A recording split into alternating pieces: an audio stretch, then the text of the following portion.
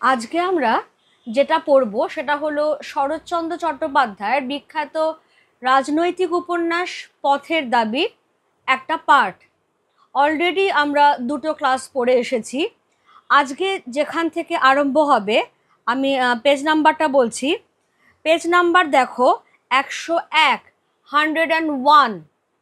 এই পেজ নাম্বারটা সবাই খুলে বসবে। এখান থেকে আমাদের আজকের পড়া স্টার্ট হবে।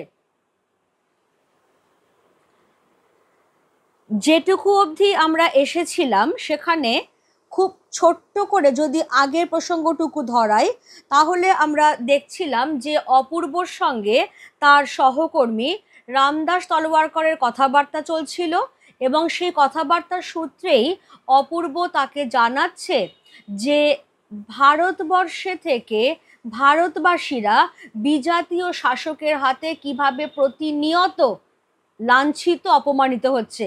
অপূর্বও তার ব্যতিক্রম নয়। এবং একদিনকার ঘটনা সে বলছে, যখন ফিরিঙ্গি যুবকেরা তাকে বিনা দোষে লাথি মেরে প্ল্যাটফর্ম থেকে বার করে দেবার পর সে যখন সুবিচারের আশায় সাহেব স্টেশন মাস্টারের কাছে গিয়েছিল, তখন সেই সাহেব স্টেশন মাস্টার তাকে কেবলমাত্র ভারতীয় বলে ভারতেরই রেল স্টেশন থেকে কুকুরের মতো দূর দূর করে তাড়িয়ে দিয়েছিল। এই লাঞ্ছনা, অপূর্ব বলছে যে আমরা তো নেটিভ, কালো চামড়ার মানুষ, এই লাঞ্ছনা, এই অপমান আমাদের এই কালো চামড়ার নিচে কম জ্বলে না তলোয়ারকার। সুতরাং এই অবস্থায় যারা আমাদেরকে স্বাধীন করবার জন্য প্রাণপণ করে যাচ্ছেন, তাদেরকে আপনার জন বলে ডাকবার যে দুঃখই থাক, আজ থেকে সেই দুঃখ আমি মাথায় তুলে নিলাম। অপূর্বর এই হেনস্থার কথা রামদাস তলওয়ারকরের জানা ছিল না। এখান থেকেই আমাদের আজকের পড়া শুরু হবে। এই জায়গাটা খেয়াল করবে। রামদাসের সুশ্রী গৌরবর্ণ মুখ ক্ষণকালের জন্য আরক্ত হইয়া উঠিল। বলিল, কই, এ ঘটনা তো আমাকে বলেননি। অপূর্ব কহিল, বলা কি সহজ রামদাস, হিন্দুস্থানের লোক সেখানে কম ছিল না, কিন্তু আমার অপমান কারোর গায়েই ঠেকল না, এমনি তাদের অভ্যাস হয়ে গেছে। লাথির চোটে আমার যে হাড় পাঁজরা ভেঙে যায়নি, এই সুখবরে তারা সব খুশি হয়ে গেল। তোমাকে জানাবো কি, মনে হলে দুঃখে, লজ্জায়, ঘৃণায় নিজেই যেন মাটির সঙ্গে মিশিয়ে যাই। তাহলে এই অংশটুকুর মধ্যে আমরা যেটা দেখতে পেলাম সেটা হচ্ছে যে রামদাস তলওয়ারকর তিনি যেহেতু মারাঠি ব্রাহ্মণ, সেজন্য সুশ্রী, সুন্দর তার মুখখানি এবং গৌরবর্ণ মানে ফর্সা। এবার বন্ধুর হেনস্থার কথা শুনে ক্ষোভে, দুঃখে, লজ্জায় এবং অপমানে রামদাসের সেই ফর্সা সুন্দর মুখটি কিছুকালের জন্য আরক্ত বা রক্তবর্ণ হয়ে উঠল এবং সে অপূর্বকে জিজ্ঞাসা করল যে আমাকে তো এই ঘটনার কথা আপনি বলেননি। অপূর্ব বলছে, বলা কি এতই সহজ রামদাস, কারণ ইংরেজরা না হয় বিজাতীয়, তারা এখানে শাসনের নামে শোষণ করতেই এসেছে, কিন্তু এই বিজাতীয় শাসক গোষ্ঠীর হাতে একজন ভারতীয় হয়ে অপূর্ব যে অপমানিত হচ্ছে সেটা বড় কথা নয়। বড় কথা কোনটা না, যেখানে অপূর্ব অপমানিত হচ্ছে সেখানে এই হিন্দুস্থানের, ভারতবর্ষের লোক কিন্তু কম ছিল না, কিন্তু দিন রাত এই অপমান সয়ে সয়ে, এই অপমান সয়ে যাওয়াটাই তাদের গা সওয়া হয়ে গেছে, অভ্যাস হয়ে গেছে। সেই জন্য অপূর্বর এই অপমান তাদের কারোর কিছু মনেই লাগেনি, বরং লাথির চোটে অপূর্বর যে হাড় পাঁজরা ভেঙে যায়নি তাতেই তারা সব খুশি হয়ে গেল। এই কথা ভাবলে দুঃখে, লজ্জায়, ঘৃণায় অপূর্বর যেন নিজেই মাটির সঙ্গে মিশে যেতে ইচ্ছে করে। কেমন? তাহলে এইখান থেকে কয়েকটা কোয়েশ্চেন আমরা নিয়ে নেব। কই, এ ঘটনা তো আমাকে বলেননি। কোন ঘটনার কথা বলা হয়েছে?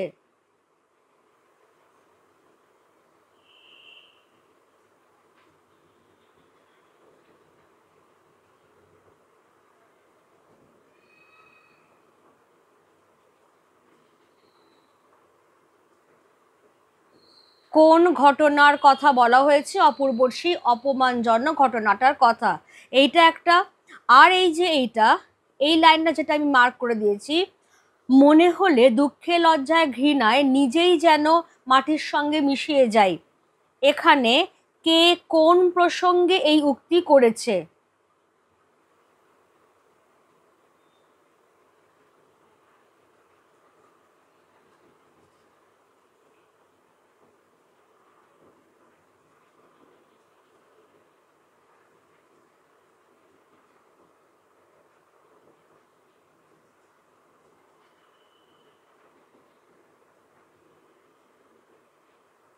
কে মানে বুঝতেই পারছো এখানে অপূর্ব। এবার কোন প্রসঙ্গে উক্তিটা করেছে সেইটা ধরাতে গেলে এই যে ফিরিঙ্গি যুবকেরা বিনা দোষে অপূর্বকে যে অপমান করছে, সাহেব স্টেশন মাস্টার তার কোনো প্রতিকার করছেন না, বরং তিনি আরো বেশি করে অপমান করছেন অপূর্বকে। এবং সেইখানে হিন্দুস্থানের লোক অনেকই ছিল, কিন্তু অপূর্বের অপমান কারোর গায়ে ঠেকলো না। দিন রাত্রির অপমান সহ্য করে করে তাদের এটাই অভ্যেস হয়ে গেছে। এই কথাটা মনে হলে দুঃখে লজ্জায় ঘৃণায় অপূর্বর যেন নিজেই মাটির সঙ্গে মিশে যেতে ইচ্ছে করে। এই হচ্ছে তোমার পুরো আনসার, কারণ এই গোটা আনসারটায় কিন্তু একটা মোটামুটি 3 নম্বর থাকবে। রামদাস চুপ করিয়া রহিল, কিন্তু তাহার দুই চোখ ছলছল করিয়া আসিল। সুমুখের ঘড়িতে 3টা বাজিতে সে উঠিয়া দাঁড়াইল। বোধহয় কি একটা বলিতে গেল, কিন্তু কিছুই না বলিয়া হঠাৎ হাত বাড়াইয়া অপূর্বর ডান হাতটা টানিয়া লইয়া একটা চাপ দিয়া নিঃশব্দে নিজের ঘরে চলিয়া গেল। তাহলে রামদাস পুরো ঘটনাটা শুনছে যে অপূর্বর বেদনার জায়গাটা ঠিক কোথায়, অপূর্বর অপমানটা ঠিক কোথায় গিয়ে বেজেছে, যে বিদেশি লোকের অপমানটা নয়, দেশীয় লোকও যে একটাও প্রতিবাদ করলো না, এইটাই অপূর্বর সবচেয়ে বড় বেদনার কারণ। সেই জন্য এখানে কোনো সহানুভূতিসূচক কথাই যথেষ্ট নয়। তাই রামদাস চুপ করে থাকলো, কিন্তু বন্ধুর অপমানে, বন্ধুর বেদনায় তার 2 চোখ জলে ভরে আসছে। এমন সময় সামনের ঘড়িতে 3টে বাজছে, তার মানে জলযোগের সময় শেষ, এবার আবার কাজে ফিরতে হবে। রামদাস কিছু একটা বলবার চেষ্টা করতে গেল, কিন্তু তার মুখে ভাষা জোগালো না। বরং সে কি করলো, সে হঠাৎ নিজের হাতটা বাড়িয়ে অপূর্বর ডান হাতটা টেনে নিয়ে একটা মৃদু চাপ দিল এরকম ভাবে, দিয়ে নিঃশব্দে নিজের ঘরে চলে গেল।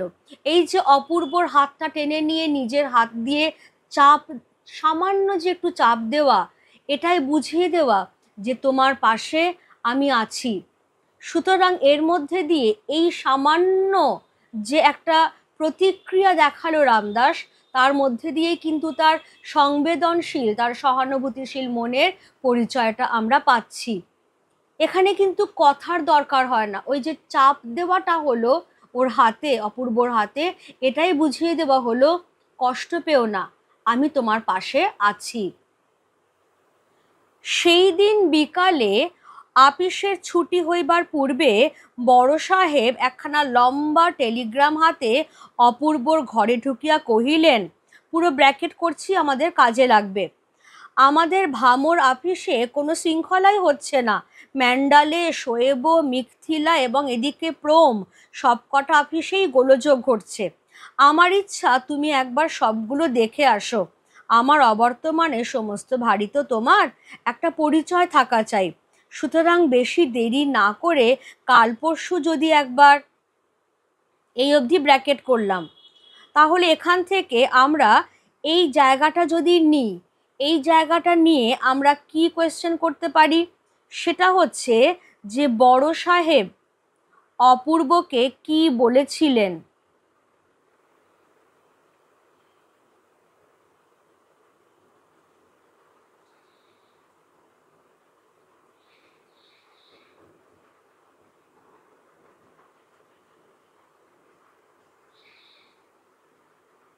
এটাই আবার পরবর্তীকালে আমরা অন্য আরেকটা কোয়েশ্চেনের উত্তর হিসেবেও পাবো।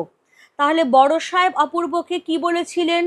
তিনি একটা বেশ বড়সড় টেলিগ্রাম হাতে অপূর্বর ঘরে ঢুকছেন এবং বলছেন যে তারা যেখানে আছে সেই ভামর অফিসে কোনো শৃঙ্খলাই হচ্ছে না, বিশৃঙ্খলা চরম। শুধু তাই নয়, এই কোম্পানিটার ব্রাঞ্চ যেখানে যেখানে আছে, কোথায় কোথায় ম্যান্ডালেতে আছে, শোয়েবতে আছে, মিকথিলাতে আছে, প্রোমে আছে, সবকটা অফিসেই কোনো না কোনো গোলযোগ ঘটছে। এবার অফিসের বড়বাবুর ইচ্ছে যে অপূর্ব নিজে একবার সবকটা ব্রাঞ্চ অফিসে ভিজিট করে আসুক, কারণ বড়বাবুর অবর্তমানে সমস্ত ভারই যখন অপূর্বকে সামলাতে হবে, তখন প্রাথমিক একটা চেনা পরিচয় থাকলে অপূর্বরই সুবিধে। সেই জন্যই বলছেন যে অপূর্ব যদি বেশি দেরি না করে পরের দিন বা তার পরের দিন যদি একবার সে বেরিয়ে পড়তে পারে। অপূর্ব দেখো তো কি উত্তর দিচ্ছে।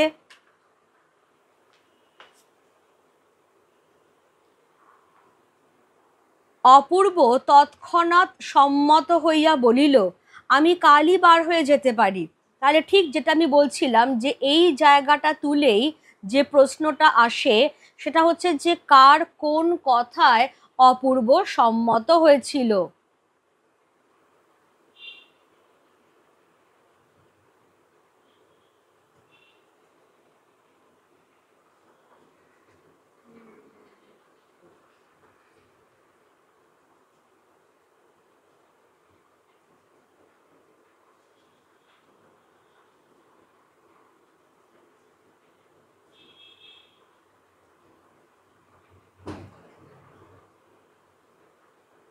কার কোন কথায় অপূর্ব সম্মত হয়েছিল, এইটা যদি আমার কোয়েশ্চেন হয় তাহলে তার আনসারটা ঠিক তার আগের পেজে যেটা আমরা পড়লাম, সেটা হচ্ছে যে অপূর্বর অফিসের বড় সাহেব তাকে বলেছিলেন যে তাদের ভামর অফিসে কোনো শৃঙ্খলাই হচ্ছে না, ম্যান্ডালে, শোয়েব, মিকথিলা এবং প্রোম সমস্ত অফিসেই গোলযোগ ঘটছে।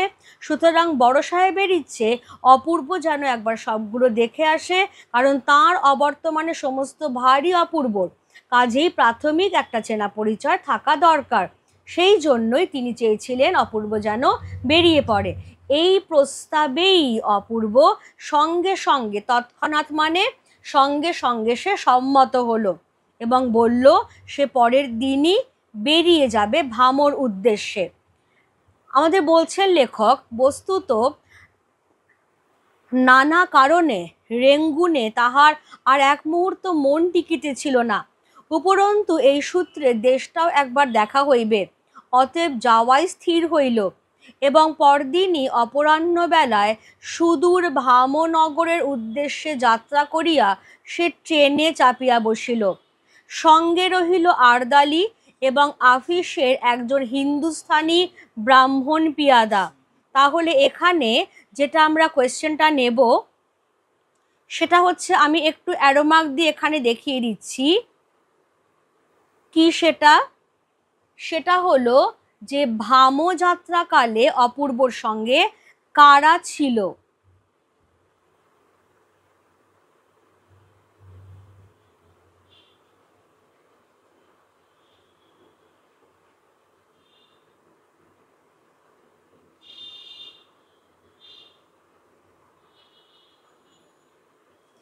ভামযাত্রাকালে অপূর্বর সঙ্গে কারা ছিল, এটা হচ্ছে কোয়েশ্চেন। এবার কারা ছিল? ভামযাত্রাকালে অপূর্বর সঙ্গে ছিল আরদালি। আরদালি কথাটার অর্থ হচ্ছে চাপরাশি।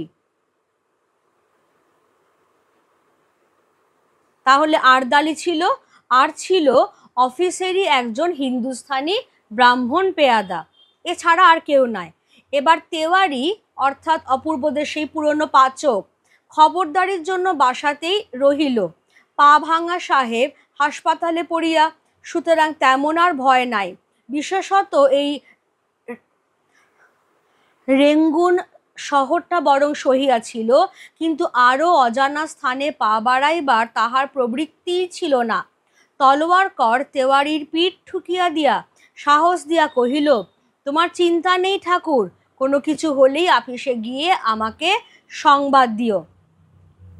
ঠাকুর বলতে তাহলে বুঝতেই পারছো যে রামদাস তলওয়ারকর এখানে তেওয়ারিকে বোঝাচ্ছে। এটা কিন্তু এমসিকিউতে খুব আসে।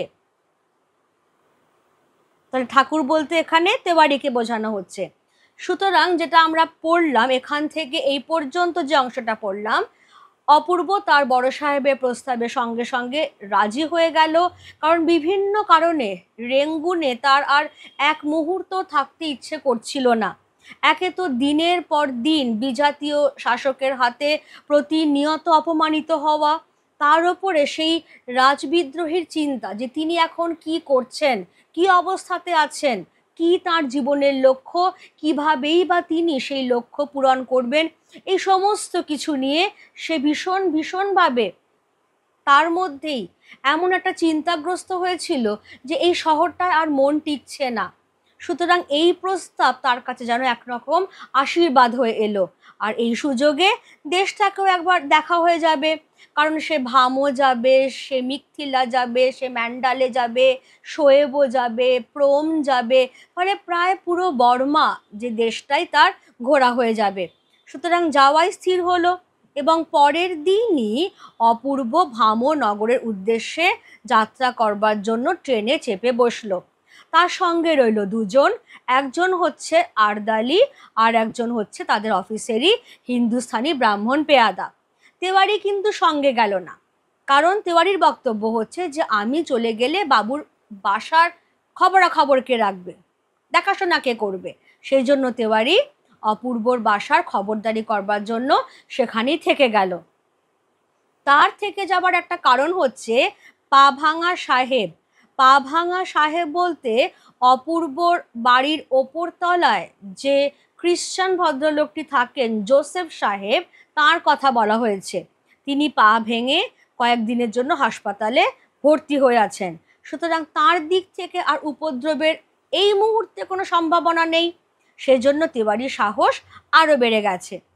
আর তার উপরে এই যে রেঙ্গুন শহরটা তবু সয়েছে, কিন্তু আর অন্য কোনো অজানা জায়গায় পা রাখবার তার ইচ্ছেই ছিল না। তলওয়ারকর তেওয়ারির পিঠ চাপড়ে তাকে সাহস দিয়ে বলছে, ঠাকুর তোমার কোনো চিন্তা নেই, কোনো রকম অসুবিধে হলেই অফিসে গিয়ে আমাকে একবার খবর দিও। তাহলে বুঝতেই পারছো যে রামদাস তলওয়ারকর তেওয়ারিকে কিন্তু এমনি এমনি তার পিঠ চাপড়ে সাহস দিচ্ছে না। তেওয়ারি যেহেতু অপূর্বর পাচক, তেওয়ারি যেহেতু অপূর্বর বাড়ির দেখাশোনা করবার জন্য থেকে যাচ্ছে, তাই অপূর্বর খাতিরেই রামদাস তলওয়ারকর তেওয়ারিকে এই ভরসাটা, এই সাহসটা যোগাচ্ছেন। গাড়ি ছাড়িতে বোধ করি তখনও মিনিট পাঁচেক বিলম্ব ছিল। অপূর্ব হঠাৎ চকিত হইয়া বলিল উঠিল, ওই যে। তলওয়ারকর ঘাড় ফিরাইতেই বুঝিল এই সেই গিরিশ মহাপাত্র। সেই বাহারে জামা, সেই সবুজ রঙের ফুল মোজা, সেই পামসু এবং ছড়ি। প্রভেদের মধ্যে প্রভেদ মানে হচ্ছে পার্থক্য। তাহলে আগে যা যা অপূর্ব বলেছিল সেই সবই আছে ঠিকঠাক, শুধু এখন পার্থক্য কি চোখে পড়ছে, সেই বাঘ আঁকা রুমালখানি বুক পকেট ছাড়িয়া তাহার কণ্ঠে জড়ানো। মহাপাত্র এই দিকেই আসিতেছিল। সুমুখে আসিতেই অপূর্ব ডাকিয়া কহিল, কি হে গিরিশ, আমাকে চিনতে পারো? কোথায় চলেছ? গিরিশ শশব্যস্তে একটা মস্ত নমস্কার করিয়া কহিল, আগে চিনতে পারি বই কি বাবু মশাই, কোথায় আগমন হচ্ছেন? কোথায় আগমন হচ্ছেন মানে কোথায় যাচ্ছেন আর কি। অপূর্ব সহাস্যে কহিল, আপাতত ভামো যাচ্ছি। তুমি কোথায়? গিরিশ কহিল, আগে এনাঞ্জান থেকে দুজন বন্ধু নোক আসার কথা ছিল। আমাকে কিন্তু বাপু ঝুঁটমুট হয়রান করা। হ্যাঁ, আনে বটে কেউ কেউ আপিং সিদ্ধি নুকিয়ে, কিন্তু আমি বাবু ভারী ধর্মভীরু মানুষ, বলি কাজ কি বাপু জুচ্চুরিতে। কথায় বলে পরধর্ম ভয়াবয়, লল্লাটের লেখা তো খণ্ডাবে না। অপূর্ব হাসিয়া কহিল, আমারও তো তাই বিশ্বাস, কিন্তু তোমার বাপু একটা ভুল হয়েছে। আমি পুলিশের লোক নই, আপিং সিদ্ধির কোনো ধারধারি নেই। সেদিন কেবল তামাশা দেখতেই গিয়েছিলাম। তলওয়ারকর তীক্ষ্ণ দৃষ্টিতে তাহাকে দেখিতেছিল। কহিল, বাবুজি, मैंने तो आपको जरूर कहाँ देखा। गिरीश कहिल, आश्चर्य नहीं है बाबू साहेब, नौकरीर बास्ते केतना जायगाय तो घूमता है। অপূর্বকে বলিল, কিন্তু আমার ওপর মিথ্যে সন্দেহ রাখবেন না বাবু মশাই, আপনাদের নজর পড়লে চাকরিও একটা জুটবে না। বামুনের ছেলে, বাংলা লেখাপড়া শাস্ত্র টাস্ত্র সবই কিছু কিছু শিখেছিলাম, কিন্তু এমন অদৃষ্ট যে। বাবু মশাই আপনারা? অপূর্ব কহিল, আমি ব্রাহ্মণ। আগে তাহলে নমস্কার, এখন তবে আসি। বাবু মশাই, রাম রাম। বলিতে বলিতে গিরিশ মহাপাত্র একটা উদ্গত কাশির বেগ সামলাইয়া লইয়া ব্যগ্রপদে সম্মুখের দিকে অগ্রসর হইয়া গেল। তাহলে এইখান থেকে আমরা পড়ছিলাম, তাই তো? ট্রেন ছাড়তে তখনও 5 মিনিট দেরি আছে। এমন সময় অপূর্ব একটু সচকিত হয়ে গেল, একটু অ্যালার্ট হয়ে গেল, কারণ সে কাউকে একজন দেখেছে। তলওয়ারকরকে সে বলছে, ওই যে। তলওয়ারকর ঘাড় ফেরাতেই যে মানুষটাকে দেখছে যে ওদের দিকেই আসছে, একটু শশব্যস্ত, একটু তাড়াহুড়ো করে, দেখেই বুঝছে যে এই হচ্ছে অপূর্বর বলা সেই গিরিশ মহাপাত্র। কারণ সেই রামধনু রঙের চুড়িদার পাঞ্জাবি, সেই সবুজ রঙের ফুল মোজা, সেই পামসু ছড়ি, সব কিছু। শুধু পার্থক্য বলতে এটাই যে ওই বাঘ আঁকা রুমালের কিছুটা অংশ যেটা তখন বুক পকেটে ছিল, এখন সেটা তার গলায় জড়ানো। এবার যখন গিরিশ মহাপাত্র ওদের খুব কাছাকাছি চলে এসেছে, খেয়ালও করেনি যে অপূর্ব এখানে রয়েছে বলে। অপূর্বই তাকে ডাকছে। অপূর্ব কিন্তু ট্রেনের কামরায় চেপে বসে আছে, আর জানলার ধারে স্টেশনে তাকে বিদায় জানাতে এসেছে রামদাস তলওয়ারকর। এই হচ্ছে সিনটা। এই রকম সময় ওই জানলার ধারে বসেই অপূর্ব তাকে ডাকছে, কি হে গিরিশ, চিনতে পারছো আমাকে? কোথায় যাচ্ছ? এবার গিরিশ মহাপাত্র একদম শশব্যস্ত হয়ে একটা মস্ত নমস্কার ঠুকছে, ঠুকে বলছে, হ্যাঁ হ্যাঁ চিনতে পারছি বই কি বাবু মশাই, তো আপনি কোথায় যাচ্ছেন? অপূর্ব হাসতে হাসতেই বলছে, দেখো আপাতত তো ভামো যাচ্ছি, তুমি কোথায় চললে? তো গিরিশ মহাপাত্র বলছে, দেখুন না, এনানজাং। এনানজাং তাহলে বর্মার আরেকটা জায়গা। এনানজাং থেকে আমার দুজন বন্ধু নোক। নোক কথাটা একদম কলোকিয়াল টোন, নোক মানে হচ্ছে লোক, তাই তো? তাহলে এনানজাং থেকে এই গিরিশ মহাপাত্রের দুজন বন্ধু লোক আসবার কথা ছিল বলেই সে এবার আসল কথায় প্রবেশ করছে, যে দেখুন বাবু, আমাকে কিন্তু শুধু শুধু, ঝুটমুট মানে হচ্ছে শুধু শুধু পুলিশ থানায় নিয়ে গিয়ে হয়রান করা। হ্যাঁ, আমি মানছি যে কেউ কেউ এদেশে আফিং সিদ্ধি লুকিয়ে আনে। আফিং অর্থাৎ ওপিয়াম, পোস্ত বীজ থেকে তৈরি করা যে নেশার দ্রব্য। আর সিদ্ধি কি? সিদ্ধি হচ্ছে যে মাদক দ্রব্য হিসেবে ব্যবহার করা হয় এমন গাছের পাতা, ভাং যেটাকে আমরা বলি। গিরিশ মহাপাত্র বলছে যে হ্যাঁ, কেউ কেউ লুকিয়ে এখানে আফিং সিদ্ধি আনে, কিন্তু সে নিজে খুবই ধর্মভীরু মানুষ, অর্থাৎ ধার্মিক মানুষ, ধর্মকে খুব ভয় করে চলে। তার বক্তব্য হচ্ছে, জোচ্চুরিতে কি কাজ? কারণ কথাতেই বলে যে পরধর্ম ভয়াবয়। পরধর্ম যেটা, সেটা ভয়াবহ, অর্থাৎ যেটা আমার ধর্ম নয়। আমি যদি একজন সৎ মানুষ হই, তাহলে অসৎ আচরণ করা আমার ধর্ম নয়, সেটা পরের ধর্ম। সেটা যদি আমি গ্রহণ করি, তার পরিণতি ভয়াবহ হবে। এটা আমি খুব মেনে চলি, কারণ কপালের লেখা তো আর খণ্ডাবে না। লল্লাট অর্থাৎ কি না, ললাট, কপাল, কপালের লেখা তো আর খণ্ডাবে না। অপূর্ব হেসে বলছে যে হ্যাঁ, আমারও তাই বিশ্বাস যে সৎ পথে চলাই ভালো। কিন্তু বুঝলে গিরিশ, তোমার না গোড়াতেই একটা ভুল হচ্ছে। আমি কিন্তু পুলিশের লোক নই। আফিং সিদ্ধির কারবার কে করছে না সে সমস্ত ধার ধারি না। আমি সেদিন কেবলমাত্র তামাশা দেখতেই থানায় গেছিলাম। এই যখন কথাবার্তা হচ্ছে অপূর্ব এবং গিরিশ মহাপাত্রের মধ্যে, তখন রামদাস তলওয়ারকর তীক্ষ্ণ দৃষ্টিতে তাহাকে তাহাকে মানে বুঝতেই পারছ, গিরিশ মহাপাত্রকে সে তীক্ষ্ণ দৃষ্টিতে পর্যবেক্ষণ করছে, দেখছে তাকে।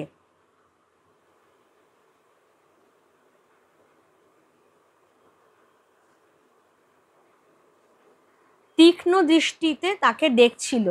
দেখতে দেখতে বলল যে, বাবুজি, আমি তো আপনাকে নিশ্চয়ই কোথাও দেখেছি। কারণ সব্যসাচী মল্লিক তিনি তো কেবল এক জায়গায় থাকছেন না, তিনি বিভিন্ন ছদ্মবেশ ধারণ করে বিভিন্ন জায়গায় ঘুরে বেড়াচ্ছেন, বিভিন্ন মানুষের সাহায্যের আশায় ঘুরে বেড়াচ্ছেন, যাতে তাঁর দেশবাসীকে তিনি স্বাধীন করতে পারেন। সুতরাং রামদাস তলওয়ারকরও এই মানুষটিকে আগে কোথাও দেখেছে, ফর শিওর কোথাও দেখেছে, কিন্তু এক্ষুনি ঠিক খেয়াল করতে পারছে না। এবার গিরিশ মহাপাত্র দেখো একটুও সে এতে চমকালো না, ঘাবড়ালো না। কারণ যেটা আমরা এর আগেও পড়ে এসেছি যে সব্যসাচী মল্লিক তিনি কিন্তু পোড় খাওয়া একজন রাজনৈতিক ব্যক্তিত্ব। সুতরাং তিনি যখন ছদ্মবেশ ধারণ করছেন, বিভিন্ন ছদ্মবেশ ধারণ করে বিভিন্ন জায়গায় ঘুরছেন, সব রকম পরিস্থিতির জন্য তিনি কিন্তু তৈরি। সেজন্য একটুও না ঘাবড়ে তিনি বললেন যে, হ্যাঁ হ্যাঁ, এতে আশ্চর্যের কি আছে বলুন, চাকরির জন্য আমাকে কত জায়গায় তো ঘুরতে ফিরতে হয়, সেরকমই হয়তো কোনো জায়গায় আপনি আমাকে দেখেছেন। বলে আবার সেই পুরনো ট্র্যাকে ফিরছে, অপূর্বকে বলছে যে, দেখুন বাবু, আমার ওপরে কিন্তু মিথ্যে সন্দেহ রাখবেন না, আপনাদের নজর, এখানে সে জেনারেলাইজ করে দিচ্ছে, আপনাদের নজর মানে হচ্ছে পুলিশের নজর।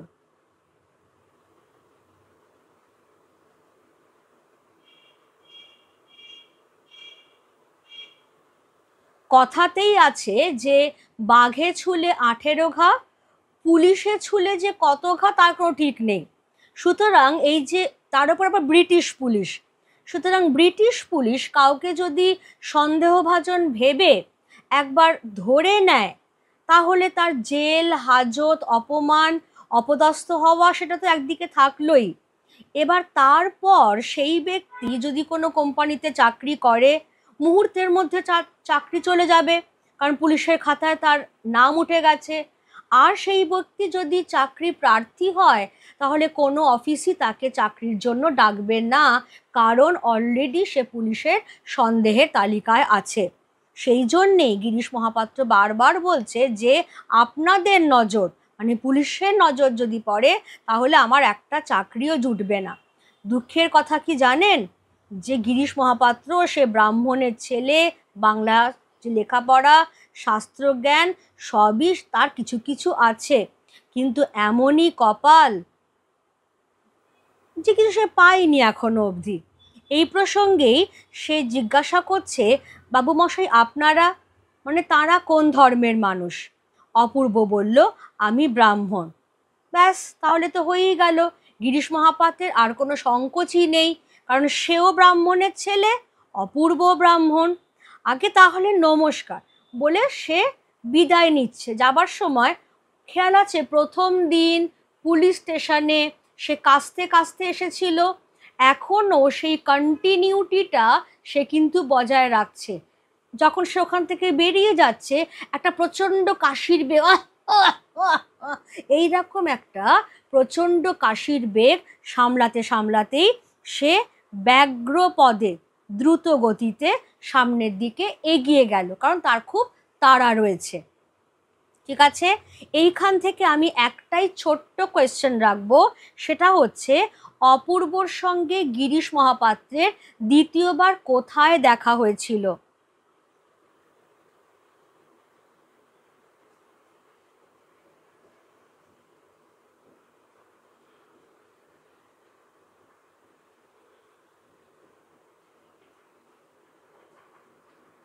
অপূর্বর সঙ্গে গিরিশ মহাপাত্রের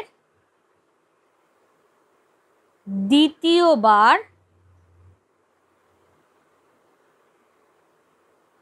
কোথায় দেখা হয়েছিল?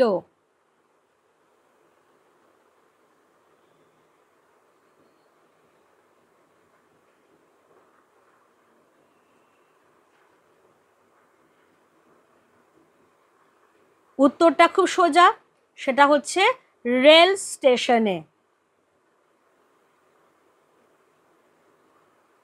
প্রথমবার তাহলে দেখা হয়েছিল পুলিশ স্টেশনে, আর দ্বিতীয়বার দেখা হচ্ছে রেল স্টেশনে। কেমন? এই পর্যন্তই তাহলে আমি আজকের ক্লাস রাখলাম। পরের দিন আর সামান্যই আমাদের পড়া এবং ব্যাখ্যার অংশ থাকবে।